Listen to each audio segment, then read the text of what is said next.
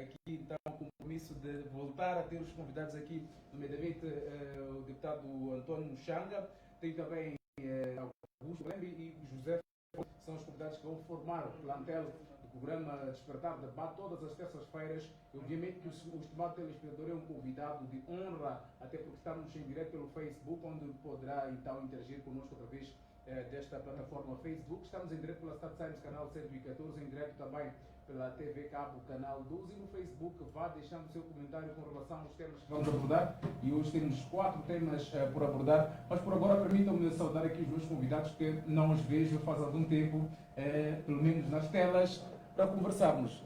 Deputado Muxanga, boa tarde, bem-vindo ao programa. Obrigado. Boa tarde para si, Jorge. Boa tarde para o colega Pelembe. Boa tarde aos internautas e boa tarde aos telespectadores da Strong Life TV.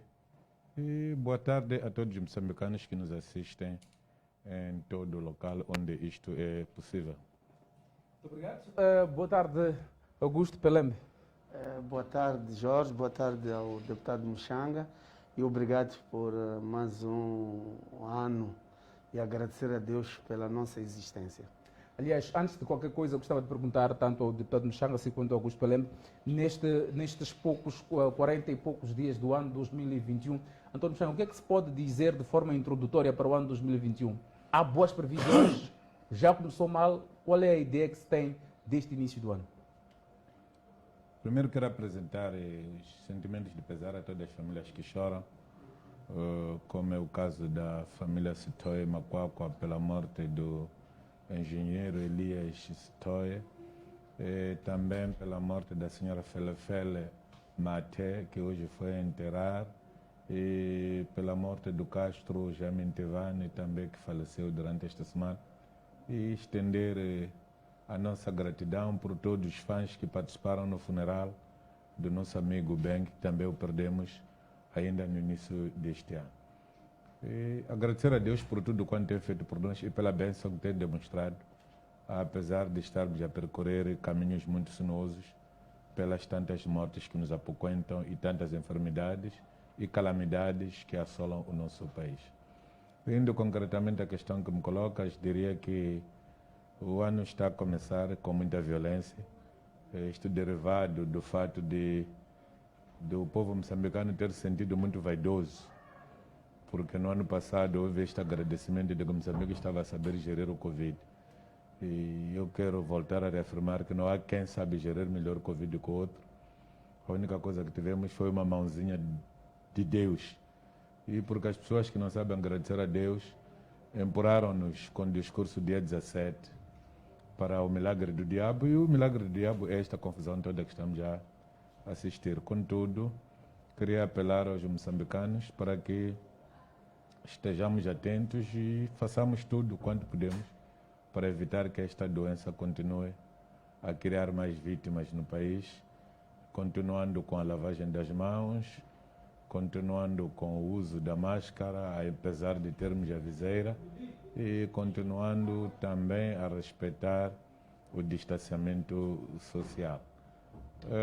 É um ano efetivamente muito pesado, tendo em conta os números que temos das vítimas de Covid, tanto em matéria de infecção, mortes e baixas, mas também é um ano que as enxurradas parece que estão a ser característica em todo o país. É verdade que parece que este ano não haverá cheias como tal, mas o que está feito, estas enxurradas que aconteceram já destruíram o fundamental que nós tínhamos. Eu visitei Massingiri neste ano, visitei Massingiri, Chibuto, Chocó, Macia, Majacase, e vi que efetivamente a maior parte das pessoas no Alto Lipompo e Baixo Lipompo, as pessoas estão a perder muitas culturas. Há muita gente que já tinha milho a secar, esse milho todo foi perdido. Na Baixa do Incomate, em Coloane, aqui na Manhissa, em Maracuene, há muita gente que havia produzido cana-doce, também tinham produzido milho, e perderam essas culturas. Acompanhei via imprensa que o Rio Maputo e o Rio Mbiluzi também estão a fazer das suas. Eu acredito que será um ano muito pesado, Para além das enxurradas, estamos a assistir aqui na cidade de Maputo, Matola, erosão no Xaixai, Chibuto, Chocwe. Eu acho que há muito trabalho por ser feito depois dessas enxurradas. Lamentavelmente, os presidentes dos nossos municípios nunca aprendem. Desde 2000, que ficou claro que a cidade de Matola precisa de um plano de criação de valas de drenagem em muitas áreas, nomeadamente Liberdade, Salala, Chumene, Kobe, Matemele, quase a maior parte. 85% do território da cidade de Matola precisa de valas de drenagem. Lamentavelmente, ninguém usa a fazer algo sobre isso. E o povo está na desgraça, o povo está a sofrer.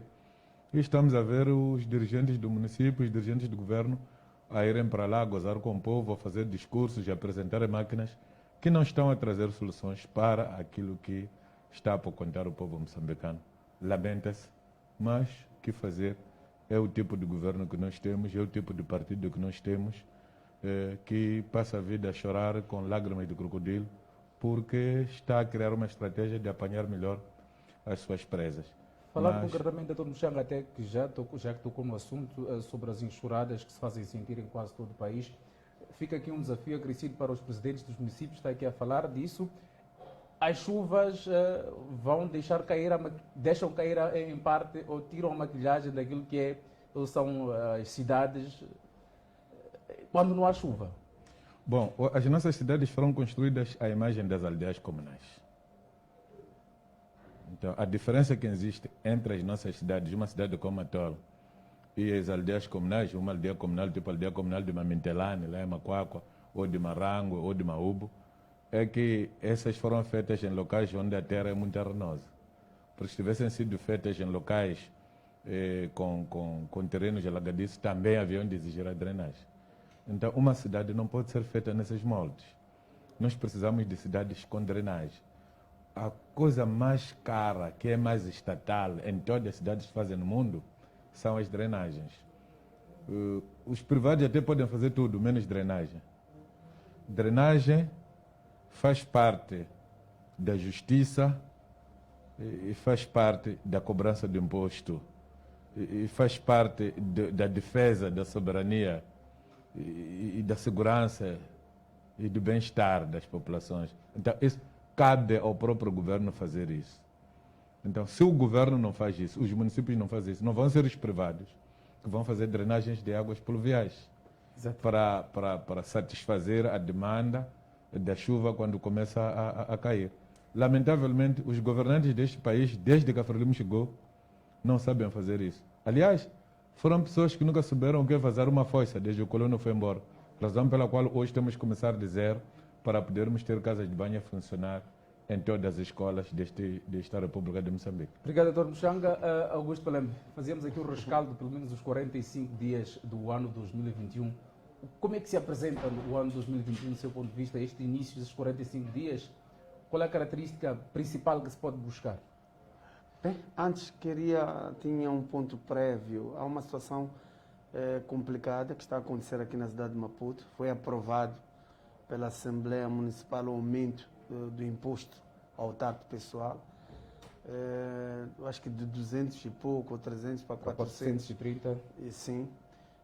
Um reajuste de 60%, o que, na minha opinião, é complicado numa altura dessas do campeonato em que a maioria da população, ou dos que vivem em Maputo, estão a perder emprego, as empresas estão a fechar, os negócios estão além daquilo que é a expectativa de todos nós. E me admira a Assembleia Municipal de Maputo, o próprio presidente do Conselho Municipal, não ter esse sentimento de pensar na população, pensar apenas nos cofres do município, o que faz com que em países normais a população tenha que sair à rua reivindicar ou lamentar ou fazer algo, talvez para inverter essa situação.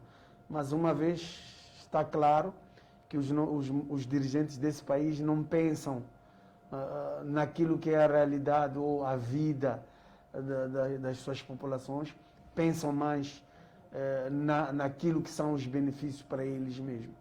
Mas apelo a quem é de direito, não é, embora já está aprovado, mas a sensibilidade do próprio presidente do Conselho Municipal, o comitê próprio, as 3 bancadas que compõem a Assembleia Municipal, para rever esses conceitos, porque não é fácil na situação em que nós vivemos. Agora, olhando os 45 dias e as perspectivas para este ano que estamos a viver, é complicado, porque olhando para o Covid-19, olhando para essas enxurradas que estão a acontecer a nível nacional, é complicado prever um futuro melhor, porque os índices todos demonstram claramente que o país está em recessão e só posso pedir a Deus, não é? É o único que pode nos ajudar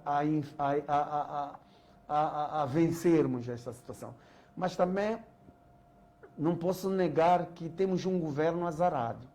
Temos um governo azarado porque cada ano que passa são problemas inesperados.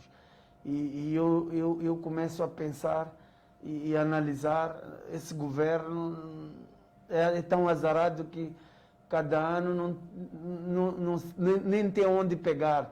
São dificuldades acima de dificuldades. Talvez é um sinal de Deus, de rejeição a este governo que nada faz em benefício da sociedade moçambicana. Agora, olhando a questão que colocou o deputado Muxanga sobre as enxurradas, principalmente nas 2 cidades, Maputo e Matola, eu vivo no 15, na legislatura passada, na Assembleia Municipal, me bati duro com Calixto Costa, em referência àqueles empreendimentos que estavam a ser construídos em locais onde a água tinha que passar.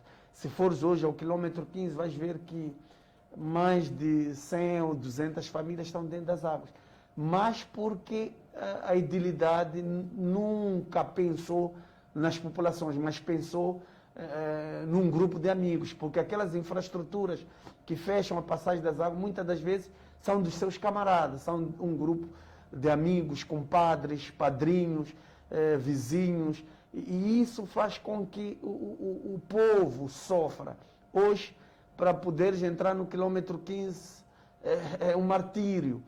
Hoje, sinto por aqueles que não têm, quem tem automóveis é um problema. Quem não tem e vai trabalhar tem que nadar mesmo. A água, em alguns lugares, chega até a cintura. Mas porque as políticas de governação dos municípios é um fracasso, é uma vergonha. Dizia o deputado que desde 2000. Eu até quero trazer um dado novo. Calcula-se que esses últimos 2 anos choveu tanto assim. Mas o que é que os municípios fizeram em termos de drenagem? Em termos de fazer algo para que o que está a acontecer hoje não pudesse acontecer? Nada. Apenas limitaram-se em autorizar construções que barram o caminho das águas. Então é uma situação que é o povo que tem que decidir. Embora está aqui o deputado Muxanga nas últimas eleições ganhou, mas infelizmente foi roubado e assistimos isso. Então só um milagre de Deus, mas que a situação não está boa, não está. Até porque há muito que se possa fazer numa altura em que, por exemplo, as autarquias faltam pouco menos de 3 anos de mandato, não é? Para os presidentes dos municípios. Ainda há muito que se possa fazer por parte dos presidentes dos municípios nessa altura. Alguns renovaram mandatos a fazer o seu segundo mandato. Olha, Jorge, eu costumo pensar que tudo depende de nós mesmos. Porque não faz sentido, nós pagamos a taxa de lixo, por exemplo, eu pago, é obrigatório na compra da energia elétrica, mas nunca foi lá um caminhão na minha casa de retirar o lixo. Por exemplo, há muitas coisas que acontecem pela irresponsabilidade dos conselhos municipais.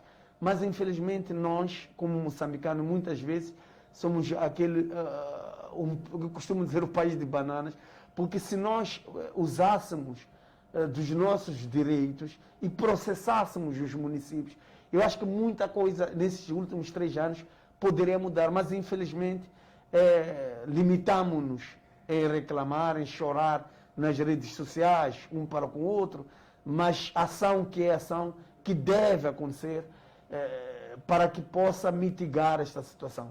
Porque a partir do momento que a população perceber os seus direitos, os seus deveres e começar a processar os municípios. Por exemplo, nós pagamos a expensão de viaturas, é obrigação do município que as estradas estejam boas. Se o meu carro tiver um problema por causa das estradas, quem deve pagar é o município. Mas, infelizmente, nós como cidadão não conhecemos nossos direitos, nossos deveres, limitamos-nos apenas a reclamar e chorar.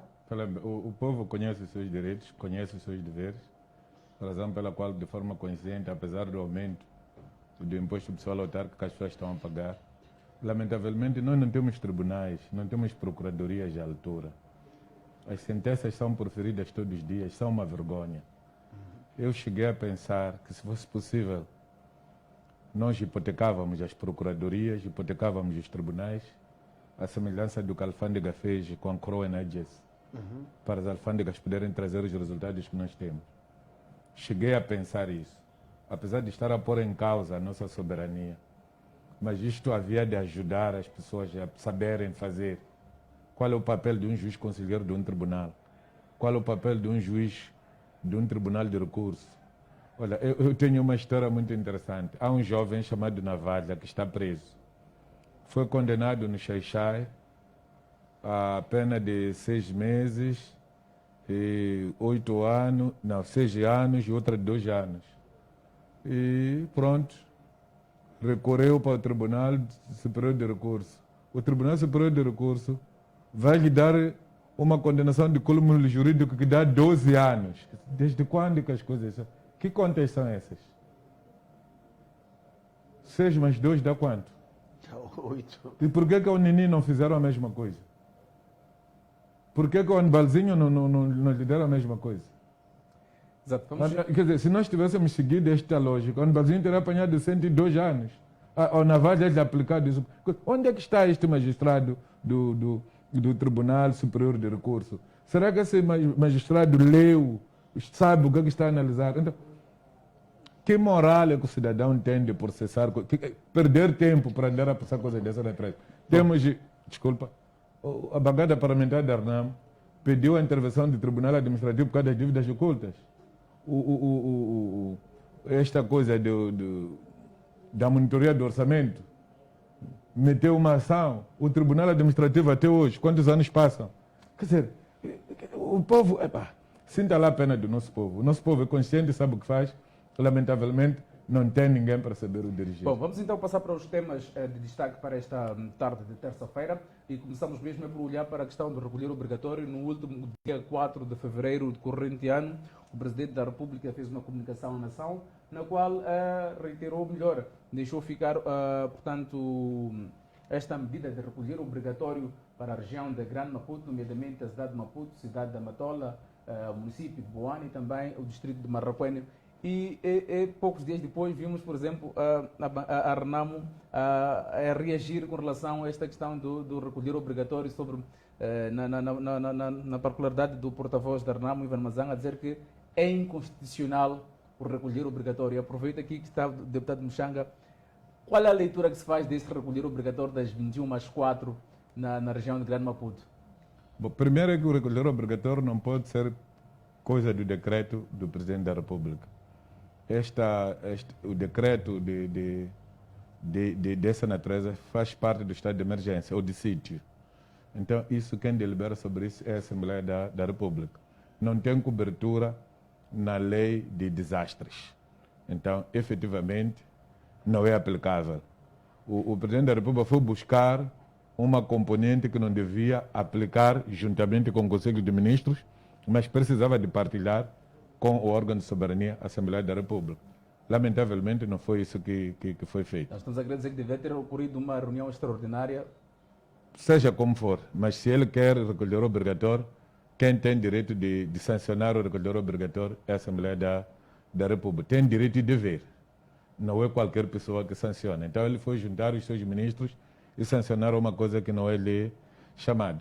Agora, há uma situação que está a acontecer. É que parece ontem ou antes de ontem, Inhambane ultrapassou Maputo cidade pelo número de casos de casos de Covid. Então significa que, enquanto se tenta resolver o problema, que o problema está a andar, está a ganhar proporções. A província de Maputo, nas últimas semanas, ficou por 4 ou 5 dias atrás até de Quilimane, já ficou atrás de Chimoio, já ficou atrás de Gaza, já ficou atrás de Inhambane. Podemos assumir que é o efeito de recolher obrigatório? Podemos assumir que não estamos a conseguir controlar a pandemia. E a pior coisa é que a África do Sul abriu as fronteiras ontem. E com esta abertura de fronteiras, muita gente está a entrar e essa gente vai nos trazer coisas. Não há capacidade de teste que prove efetivamente o que a pessoa tem. Eu já estive na fronteira por mais 3 vezes. Uma das vezes já cruzei com o Pelembe. Estive ali a conversar com pessoas cujo serviço deles é fazer negociatas sobre os testes de Covid. É por causa disso que os sul-africanos não aceitam que alguém apareça ali com teste de Covid e trazer de qualquer sítio. Preferem que vá fazer ali onde eles estão. Porque os seus serviços de contra-inteligência, pelo menos até ali na fronteira, funcionam. Lamentavelmente, quando é comprar para as pessoas entrarem em Moçambique, eles não têm nada a ver. Este é o mal que eles estão a praticar. As pessoas são cobradas, em vez de 170 randes, 300 randes, e recebem o tal atestado sem fazer um teste, estão a trazer doenças de um lado para o outro. E as pessoas esquecem que enquanto alguém traz o Covid para Moçambique, no seu regresso, de novo vai voltar com o mesmo Covid para ficar do Sul. Portanto, eu acho que esta batalha é uma batalha que precisa de muita consciência, mas também precisa de uma ação muito vigorosa dos 2 governos, o governo de Moçambique e o governo sul-africano. Ouvi dizer que o governo moçambicano já tem testes rápidos e que foram colocados no Hospital Central de Maputo e foram colocados no Hospital Central da Beira. A minha questão é, por que não colocar testes rápidos em todos os hospitais da República de Moçambique? Por que não colocar testes rápidos em todas as linhas de fronteira? E colocar pessoas responsáveis que sabem efetivamente que quando nós descuidamos aqui, estamos a criar condições de soltar o crocodilo dentro do quintal. Correto. E especificamente ao recolher obrigatório, é o ponto que quero incidir mais. Levantou muitos debates sobre o possível cumprimento deste recolher obrigatório na região de Grande Maputo, olhando, por exemplo, para a hora de fecho dos restaurantes, que é de 20 horas, e depois a pessoa tem que recolher a partir das 21. Discutiu-se muito acerca disso, nós não chegamos a discutir porque o programa ainda não tinha iniciado, mas eu quero voltar a tocar nesta questão do recolher obrigatório. Como é que devemos olhar? É a primeira vez que Moçambique tem uma situação do género? O recolher obrigatório seria eficiente se no mínimo desse intervalo de 4 horas de tempo. Significa isto que a última hora do fecho, em que as pessoas devem estar fora, não é fechar a porta.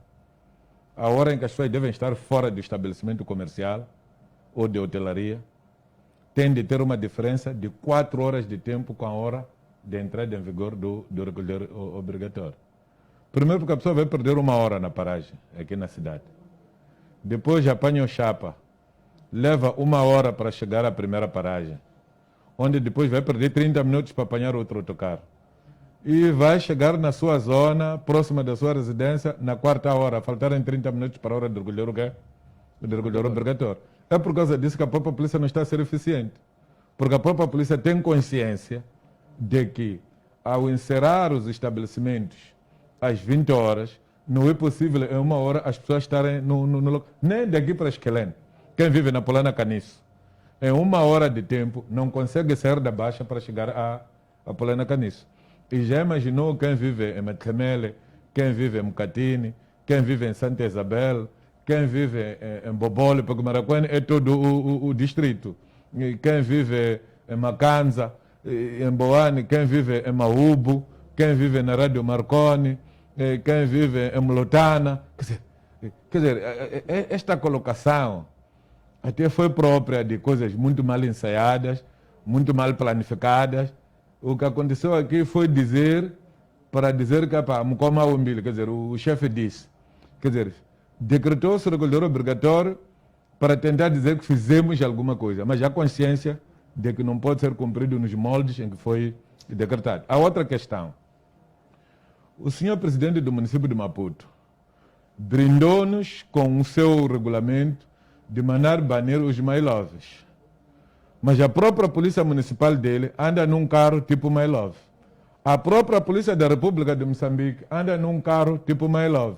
As nossas forças de defesa e segurança, as forças armadas, andam num carro pior que My Love, porque estão ensardinhados em um caminhão. E aí, quer dizer, o que é que estamos a fazer? Então levantamos essa questão que eu vi hoje num jornal, que critica o Presidente da República por ter participado numa cerimônia onde estavam mais de 20 pessoas, que é a cerimônia de General Moussa, que Deus o tenha. Não precisávamos de fazer esse debate por alma de uma pessoa que trabalhou muito para o país. Mas porque o governo diz uma coisa, faz outra coisa, pisca à direita, vira à esquerda, acabou criando isto. E a mesma situação deu-se na morte do Kiv, que virou vereador de Inhaca. O senhor Enéas Comite fez-se presente com mais de 15 pessoas que o acompanhavam. Os membros da polícia que andavam na cerimônia eram mais de 16. Só eles eram mais de 30. Mas a família só tinha que mandar 10 pessoas. No local onde foi o funerário do Kiv, as outras famílias só podem entrar 10. O que é que estamos a fazer? O que é que Kiv tem de diferente que o meu sobrinho que foi enterrar não tem? A mãe do Kiv que nasceu com sapatos, com dentes, com fato. Quer dizer, então, obrigam-nos a levantar coisas que depois feram o coração das outras pessoas. Mas por quê? Porque os nossos governantes não sabem ser consequentes, não sabem dizer uma coisa e cumprir na letra e no espírito. Obrigado, Isto é mau. Pelembe, são 12 dias depois do decreto de recolher obrigatório entrar em vigor. Está a ser cumprido? Qual é a análise? Pelo menos vimos aqui a posição da Renamo a dizer que é inconstitucional. Nós chegamos a ver aqui a posição do MDM. Não, neste momento, qual é o posicionamento com relação ao decreto de recolher obrigatório? Está claro que é inconstitucional, porque o recolher obrigatório tem as suas especificidades, não é? Que deve passar pela Assembleia da República, o que não aconteceu. A partir daí, há essa inconstitucionalidade. Mas há uma coisa que é repetida aqui em Moçambique. Os nossos dirigentes tomam decisões sem conhecer a realidade dos seus povos. É isso que muitas das vezes dificulta as nossas leis. Por isso que nós temos leis que não são cumpridas. Se for já olhar, quando o chefe do Estado decreta o recolher obrigatório a partir das 21 horas, aí é simples olhar e perceber que ele não conhece a realidade do grande Maputo. Dizia bem o deputado Muxanga, estás a imaginar alguém sair 20 horas da cidade de Maputo e vive em uma matijana? É complicado. Se daqui para Maguanina é 1 hora e meia, imagina uma matijana. Então, a comissão científica, os que cercam os nossos dirigentes, muitas das vezes olham para si mesmo, porque ele tem uma viatura, ele calcula, eu vivo na Matola, vou sair às 20, bato a estrada, chego lá. Mas ele não está a olhar para a realidade do seu povo. Há pessoas que vivem no Matijano, mas não vivem ali na terminal, ainda tem que... vai fazer 2 horas para chegar na terminal e ainda bater a pé a uma distância de 30, 45 minutos até chegar à sua casa. Então, o que eu sinto, o que eu vejo é que as decisões, muitas das vezes tomadas pelos nossos dirigentes, não refletem a realidade do seu povo. Eu acho que os nossos dirigentes têm que começar a perceber que tem que se fazer um estudo de viabilidade, tem que conversar com a população mesmo, tem que descer a base e perceber a nossa realidade para depois tomar as decisões. Porque, apesar de ser inconstitucional, há a percepção que não se conhece a nossa realidade. E o chefe do Estado também não faz as suas leituras, porque apesar de ter uma comissão, ele também tem que conhecer a realidade do seu povo. O objetivo do recolher obrigatório é, sem sombra de dúvidas, reduzir o índice de propagação da Covid-19.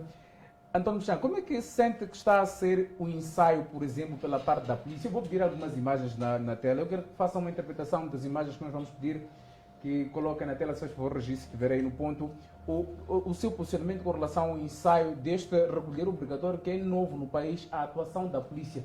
Coloca as imagens, por favor. Vemos ali cidadãos recolhidos às celas, provavelmente para fechar aquele percurso até às 4 e irem às suas casas. É o que parece que corre nessas imagens, depois das informações que correm, é que são detidos os encontrados fora daquilo que é o horário do recolher obrigatório, ou melhor, dentro daquele espaço do recolher obrigatório.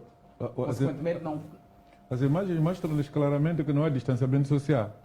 Pelo contrário, esse esforço que tenta-se fazer vai ficar nulo, porque as pessoas estão se infectar nas mãos da polícia. Então a polícia é que está a promover agora a propagação do Covid ao juntar pessoas que se calhar algumas até tinham distanciamento social, mas ali já com sono, cansados e tudo, acabam se misturando.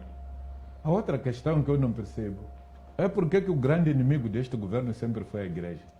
A igreja, as pessoas vão uma vez por semana. As pessoas ficam em igreja menos de 2 horas de tempo.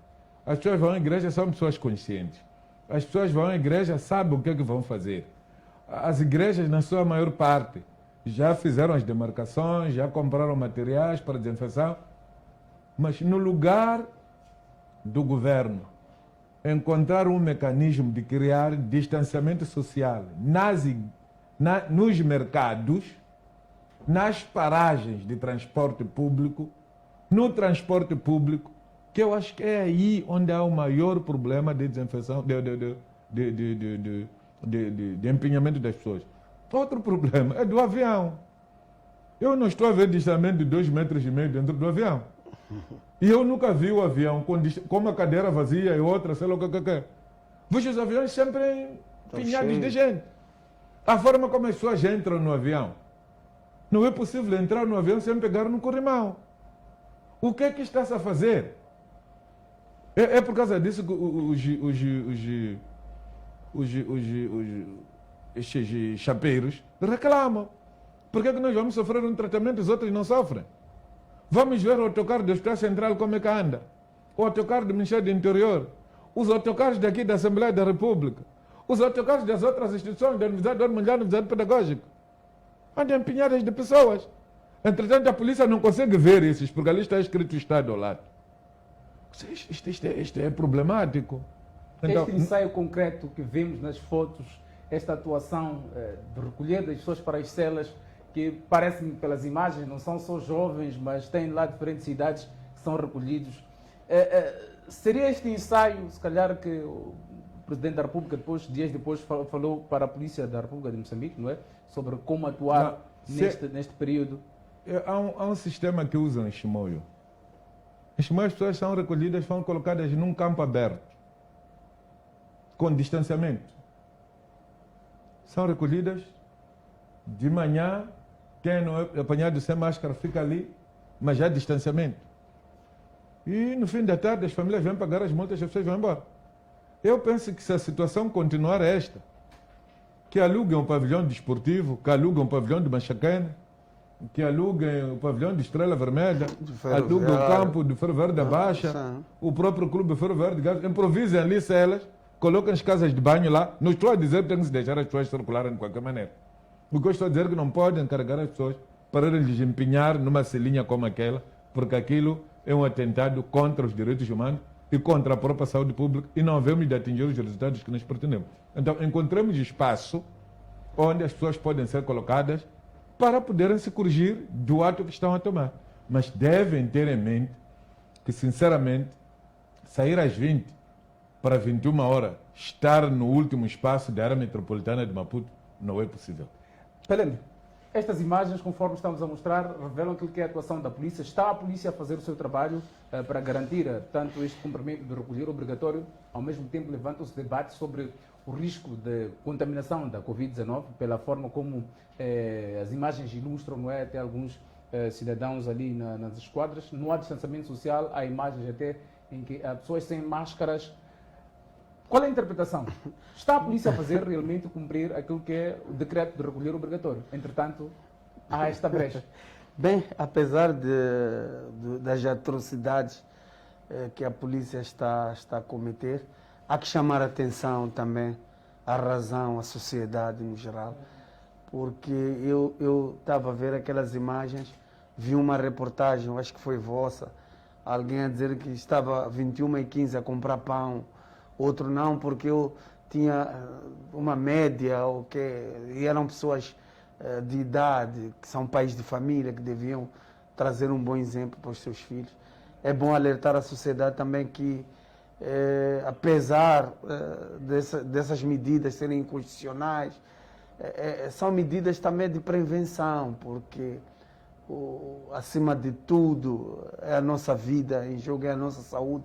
Sem saúde não podemos fazer mais nada além daquilo que já está destinado. A doença veio para matar. Então, há que também nós, como sociedade, termos uma responsabilidade quanto a isso. Também há pessoas que não estão a usar máscara, estão a andar na rua.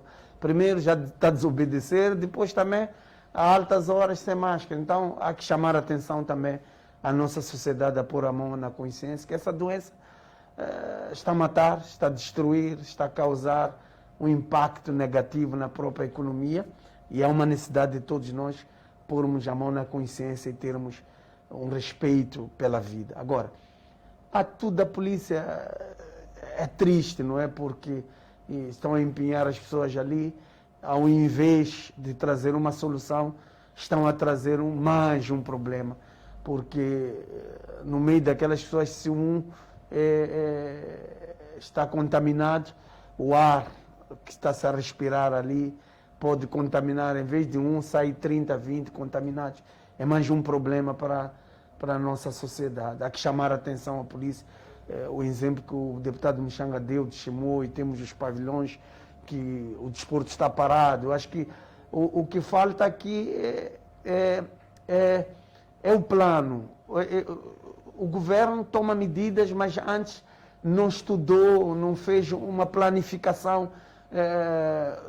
Se irmos por este caminho, o que é que vai dar e quais são as alternativas.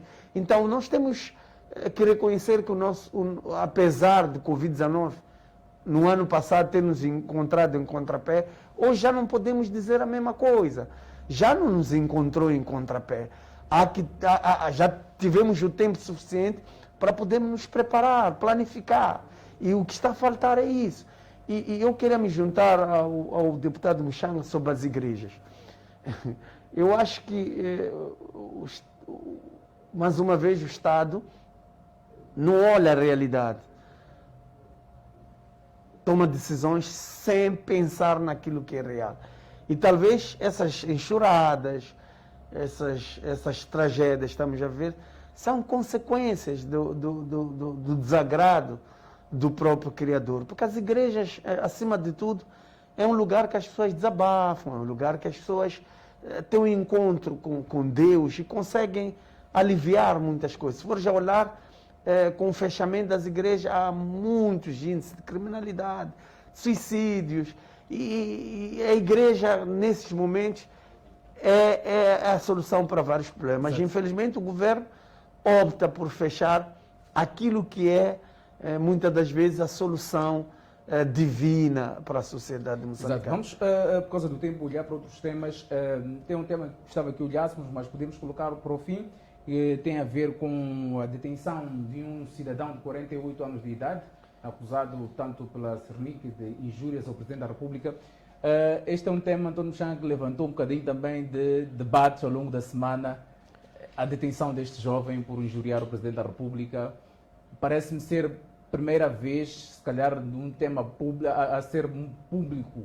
Desta forma, um cidadão diretamente incidir a injúria ao Presidente da República. A atuação do Cernic, poucos dias depois, qual é a interpretação? Eu penso que os nossos jovens da Cernic não aprendem. Porque eu penso que a polícia, para poder saber combater o crime, tem que ler. o passado, o que aconteceu, quando houve isto, depois que decisões foram tomadas. E porque as decisões são tomadas por tribunais superiores foram uma jurisprudência. Pode não haver lei sobre um determinado assunto, mas quando há uma norma, como costuma-se tomar a decisão em última instância, essa norma fica institucionalizada. Já houve pessoas aqui processadas, acusadas de difamarem a ex-primeira-ministra Luísa Diogo. O assunto terminou como terminou. E ficou claro que não cabe às instituições do Estado processarem quem difama uma personalidade. Cabe a essa personalidade fazer o uso da sua dignidade e não... Para submeter o processo. Sim, não às forças do Estado. O processo da Luísa Diogo caiu. Depois o marido tentou reconstituir, mas mesmo assim acabou caindo. Tivemos o segundo assunto, que foi a injúria a Armando Emílio Guebuza. O vítima foi Nuno Castelo Branco. Também terminou como terminou. Eu não sei onde é que esses jovens da Cernic estavam, que não conseguiram ler o que aconteceu. Para depois de hoje virem a cometer esta besteira igual. E o que eles fizeram ali? Colocaram o presidente da República entre a espada e a parede. Porque a pessoa que lida como ditador, que manda ordenar prisão de pessoas, é o Nhusse. Porque é o comandante-chefe da Força de Defesa e Segurança. Se calhar Nhusse nem sabe, nem tinha se apercebido que alguém está preso em nome dele. Porque não conseguiu ver a tal injúria.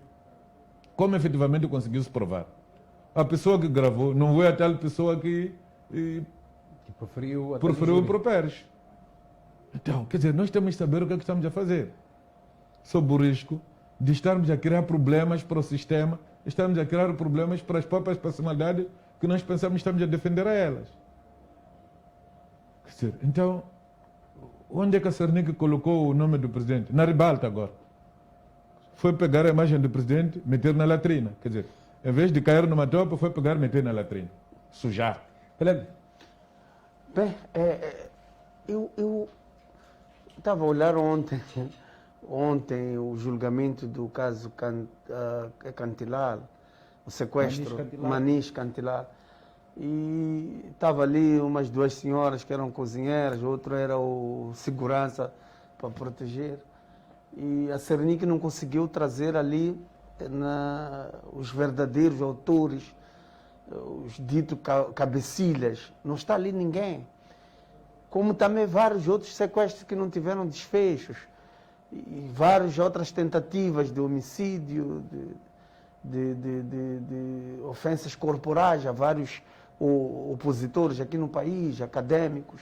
A Cernic nunca trouxe nenhuma solução.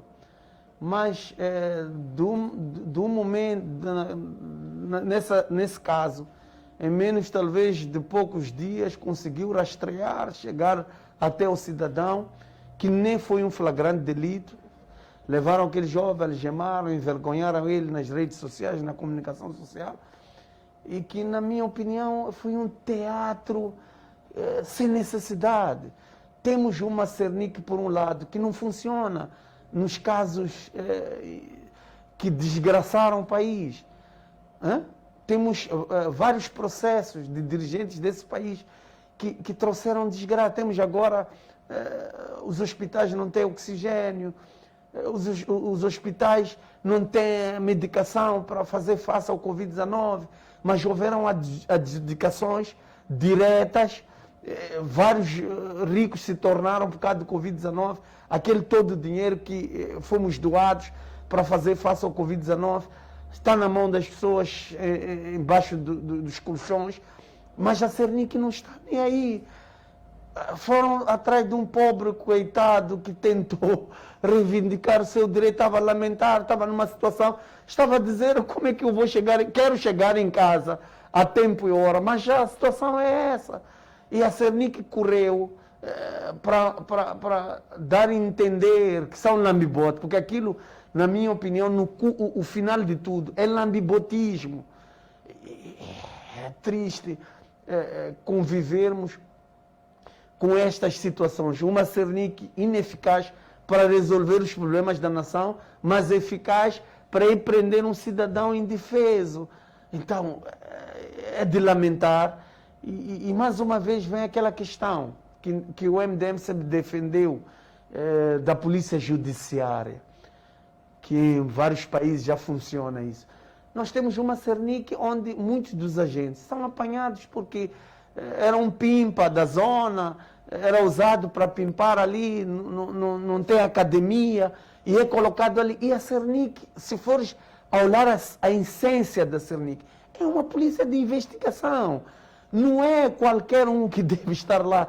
Tem que ter um pouco de academia para poder decifrar muitas coisas. E se fores a olhar essa situação, dizia bem o deputado Michel, ali faltou academia para interpretar os próprios instrumentos legais. Então, há uma necessidade de reformulação do próprio sistema, da própria Cernic, porque muitas das vezes os nossos agentes, quem vive nesse país sabe que os agentes da Cernic são agressivos, são violentos, não porque são educados assim, mas porque falta ali alguma instrução mesmo. Nós precisamos de uma polícia instruída para poder resolver os problemas da sociedade. Hoje, a sociedade tem medo da Cernic, porque são pessoas violentas. Se fores olhar a DIO, um dos departamentos da Cernic, é uma vergonha. São pessoas violentas, não respeitam o horário de detenção, não, criam mandatos de captura falsas para deterem as pessoas. Se fores, esse como eu posso dizer, é o pico. Sim, mas eu acho que a forma de resolver essas questões era a Procuradoria procurar perceber quem é a pessoa, o oficial que assinou este mandato, e pegar esse oficial e meter na prisão. Sim, sem dúvida. De acordo com a mentira que ele andou a escrever, a pena que mereceria aquele senhor ser aplicado a ele. Feito isto 2, 3, 4 vezes, você vai ver que esta gente que se faz de palhaço, toda ela entra na linha. Mas, de perto, esta detenção do jovem, em parte, pode revelar a capacidade da Cernic de investigação?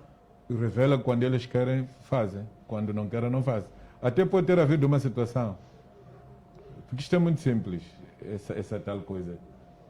Eu mando a coisa para ti, eles vão pegar, pegam o meu telemóvel, investigam, acabam apanhando o primeiro sítio de emissão. Agora, o que não é muito justo é o que o colega estava a dizer. Quem sai da África do Sul vem para Moçambique para guarnecer pessoas presas, porque vai receber 50 mil meticais, dizer que não é criminoso. Na educação que eu recebi na minha casa não é assim. Quando alguém é apanhado a aquecer-se na lareira que está a assar mandioca roubada, enquanto não apanharmos ladrão, ele é ladrão. Porque o próprio ladrão nunca disse que eu sou ladrão. Costuma dizer, dizem que roubei. Aliás, estamos a ver esses que roubaram dinheiro das dívidas ocultas. Que espetáculo que nós estamos a dar. Entretanto, confirmam que receberam. Porque fizeram o quê? Que serviço é esse que você faz em menos de um ano? Que te dá rendimento de 7 milhões de dólares. Você é ministro. 30 anos. Não consegue somar 2 milhões de dólares. Mas porque você fez um biscatozito de uma assinatura ali e uma assinatura acolá, recebe 7 milhões de dólares. Recebe 8 milhões de dólares. Exato. Que brincadeira é? Desculpa. Eu gostaria de perguntar agora. O próprio tal famoso que esteve na BP, sei lá o que. Será que na BP alguma vez já pegou $1 milhão? Porque um trabalho que ele realiza em menos de um ano dá-lhe esse valor. O próprio libanês que diz que pagou a eles porque prestaram assessoria. Na história da empresa dele, a quantas pessoas já pagou esse valor por causa da tal assessoria? Então não podemos brincar com coisas sérias. Eu acho que salva a cozinheira podia não saber.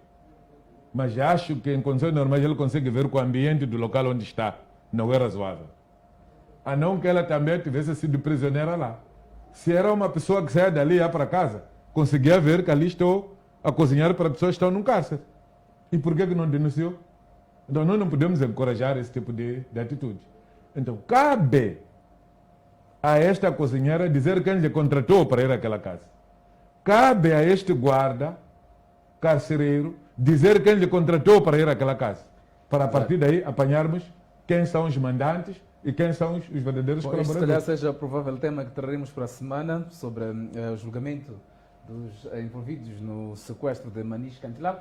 Mas agora vamos olhar para os outros temas. Um dos temas também que está a levantar, vamos lá dizer, debates a nível nacional e se calhar até internacional, é a transferência do Bispo de Pemba, o chamado Bispo de Pemba, Dom Luís Fernando Lisboa, para Brasil. Esta transferência que o Papa Francisco fez, tanto concedeu ao Bispo de Pemba,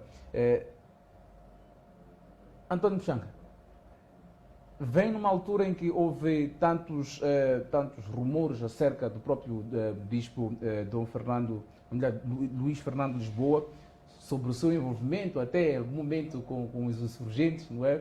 Mas é sonante tanto a voz do Bispo Fernando Lisboa na questão da humanitária em Cabo Delgado.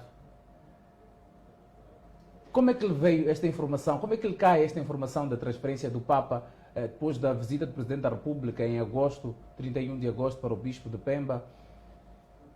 Bom, esta tem sido a prática do Papa. Quando há muito barulho sobre uma determinada figura do nível de bispo, ele tira. Eu recordo-me que o Papa aceitou a resignação do bispo de Cabo Delgado para trazer o Dom Lisboa. O bispo que estava em Cabo Delgado teve que resignar por causa de uma confusão que foi criada antes. Mas essa era uma confusão política criada por membros do Partido Frelimo por causa de um santuário não santuário. E o bispo explicou o que ele pretendia. Foi mal entendido, ele preferiu resignar e aceitou ser bispo auxiliar em Nampula. Está na cidade de Nampula agora como bispo auxiliar. O verdadeiro bispo tinha sido indicado para lá.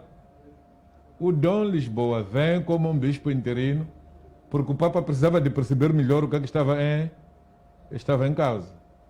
E acho que agora o Papa já tem elementos mais do que suficientes para perceber quem são os moçambicanos.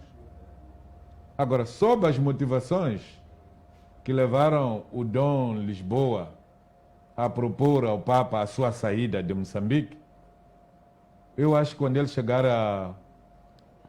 a Brasília, sentir-se seguro, vai dizer, porque agora não pode dizer. Efetivamente, isto cria Então podemos assumir claramente que foi a posição do próprio Dom Fernando Lisboa, Dom Luís Fernando Lisboa... Pode ter sido a posição dele, porque isto depois casa com o momento que nas Forças de Defesa e Segurança há mudanças de comandantes, sei lá, cessa o chefe do Estado-Maior-General das Forças Armadas, eu sou adjunto, porque eram inoperantes, porque nós queremos colocar pessoas com muita pujança, e essas pessoas são muito reconhecidas nestas questões. Então, isto é muito complicado. Então, eu espero que o Dom Lisboa, ao chegar ao novo sítio onde vai, se sentindo seguro, tem que partilhar conosco como um dos discípulos do Santo Padre. E Evangelho é verdade. Tem que nos dizer a verdade. O que é que lhe obrigou a sair de Moçambique no momento em que o povo moçambicano precisa muito dele? Eu já ia chegar aí. Não seria uma peça fundamental o Dom Luís Fernando Lisboa para a questão, tanto de Cabo Delgado, da guerra em Cabo Delgado, sendo que é uma pessoa que tem fontes a nível de informação, até que deixou ficar aos níveis da imprensa, seja internacional, e que levantou algum barulho. Não seria ele uma peça fundamental para saber como... Bom, para todos os efeitos, a mensagem de Dom Lisboa chegou ao mundo, porque o presidente do Comitê Internacional da Cruz Vermelha veio a Moçambique para pedir que ele acha que há uma componente que falta às Forças de Defesa e Segurança, está a pedir vir treinar, o presidente da República, pelo que ouvimos, já aceitou. Agora o que nós queremos ver é se isso vai começar a se materializar ou não. Correto. Só este fato de ter-se aceito que o Comitê Internacional de Cruz Vermelha tem que vir instruir as nossas Forças de Defesa e Segurança para saber agir pela lei de guerra e direito humanitário. Saber que depois de capturar alguém não se pode balear. Saber que uma mulher, porque é apanhada nua, não pode ser baleada. Saber que uma pessoa amarrada não pode continuar a levar porrada. É muito importante. Porque dizia-se que as nossas forças são capacitadas. Podem ser capacitadas quando tem um determinado déficit. E o Comitê Internacional da Cruz Vermelha ouviu o grito do Dom Lisboa, veio cá, foi bem recebido. Vamos ver se as coisas vão começar a andar. Espero também que os outros que se prontificaram a virem ajudar a treinar e equipar, apesar de não se diz treinar, é reciclar, mas tudo dá a mesma coisa. Sabe o que é? Formar e capacitar é a mesma coisa, são palavras sinônimas. Então, treinar e reciclar também é a mesma questão. Só que treinar leva mais tempo, reciclar é cortar duração. Capacitar é curta duração, dar curso, mas nós percebemos, em bom português, tudo da mesma coisa. O que nós esperamos é que efetivamente possamos marcar passos para frente, de forma que as nossas forças de defesa e segurança hajam dentro daquilo que são os limites previstos na lei, não só de Moçambique, como também na lei internacional. Augusto Lempe, esta transferência de Dom Luís Fernando Lisboa teria a ver com o fato dele sentir-se ameaçado com a questão de estarem a dizer, ou melhor, circular por aí que ele está ligado aos insurgentes? Seria um receio que se calhar tenha sentido, a ponto de se calhar pedir, provavelmente, não é uma transferência para o Brasil. Qual é a sua interpretação? Bem, primeiro é agradecer a boa estadia e o bom trabalho que esse senhor fez para a nação moçambicana, porque em algum momento o conflito em Cabo Delgado era feito em segredo, e esse bispo conseguiu trazer à ribalta a realidade que estava a acontecer em Cabo Delgado. Temos que lembrar que a União Europeia convidou ele em plena sessão para explicar o que estava a acontecer. E essa atitude fez com que o mundo sensibilizasse quanto à situação de Cabo Delgado. Então, é um motivo que os moçambicanos têm que agradecer. Mas também foi uma das pessoas que acolheu muitos deslocados, muitas pessoas que não tinham onde ficar, e graças ao trabalho da Igreja Católica, com ele mesmo, conseguiram albergar essas pessoas e dar o mínimo de aconchego que essas pessoas precisavam na altura. E temos que entender que esse senhor tinha acesso à informação porque a igreja também facilita. A igreja está em todos os locais, nas localidades, tem os seus núcleos. Isso facilita para um líder que trabalha com a sua comunidade ter acesso à informação. Aquilo que o governo queria que a sociedade soubesse, o padre tinha acesso a essa informação. E isso fez com que ele, muitas das vezes, se tornasse inimigo ou persona